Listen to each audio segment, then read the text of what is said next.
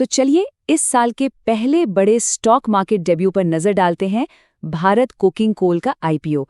कोयला सेक्टर की ये बहुत बड़ी कंपनी है, तो देखते हैं कि इस आईपीओ में क्या खास है। अच्छा, इस कंपनी का साइज समझने के लिए बस इस एक नंबर को देखिए, 58.50%। ये कोई छोटा मोटा आंकड़ा नहीं है। इसका मतलब है कि भारत में जितना भी कोकिंग कोल निकलता है, उसमें से आधे से भी ज्यादा हिस्सा अकेले इसी कंपनी का है। तो सवाल उठता है कि ये कोकिंग कोल आखिर है क्या और इतना जरूरी क्यों है। देखिए, आसान शब्दों में कहें तो इसके बिना स्टील बनाना लगभग नामुमकिन है, और स्टील के बिना हमारे पुल, हमारी इमारतें, हमारी गाड़ियां कुछ नहीं बन सकता। ये हमारे पूरे इंफ्रास्ट्रक्चर की नींव है। इस आईपीओ को पूरी तरह से समझने के लिए हम इसे 5 हिस्सों में देखेंगे।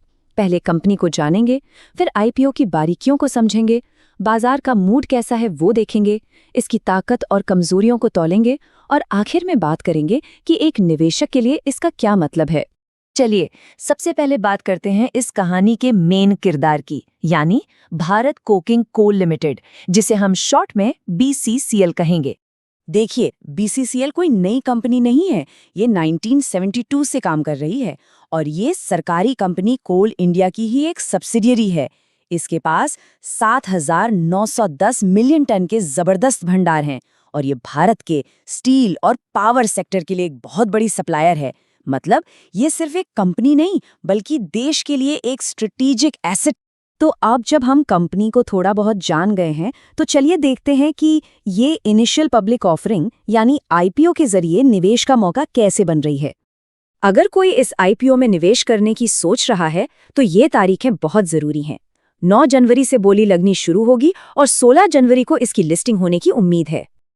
अब जरा आंकड़ों पर आते हैं। इसका प्राइस बैंड 21 रुपए से 23 रुपए प्रति शेयर रखा गया है।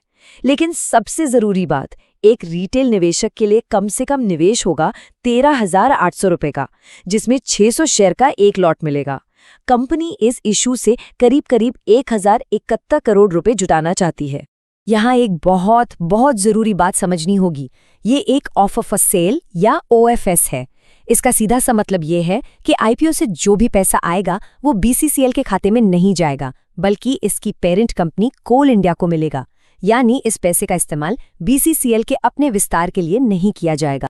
चलिए अब देखते हैं कि बाजार में इस आईपीओ को लेके माहौल कैसा है। क्या लोग वाकई इसमें दिलचस्पी दिखा रहे हैं?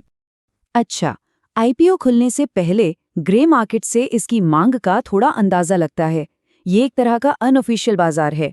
जैसा कि हम देख सकते हैं, शुरुआत में इसका प्रीमियम 71% तक था, जो एक बहुत मजबूत संकेत था। लेकिन आईपीओ खुलने तक ये घटकर 50% पर आ गया, जो बताता है कि शुरुआती उत्साह थोड़ा ठंडा जरूर हुआ है। और पहले ही दिन के सब्सक्रिप्शन आंकड़े देखिए, ये साफ बताते हैं कि बाजार में इसे लेकर जबरदस्त दिलचस्पी है। खासतौर पर रिटेल निवेशकों और बड़े निवेशकों ने इसे कई गुना ज्यादा सब्सक्राइब किया, जो एक बहुत मजबूत मांग का इशारा है। ठीक है, तो हर निवेश की तरह इसके भी 2 पहलू हैं।